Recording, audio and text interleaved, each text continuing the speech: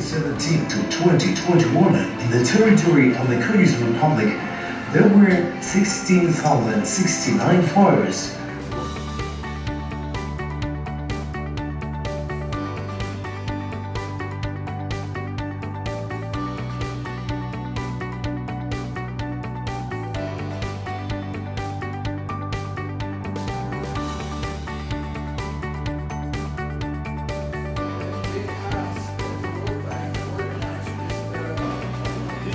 Данное время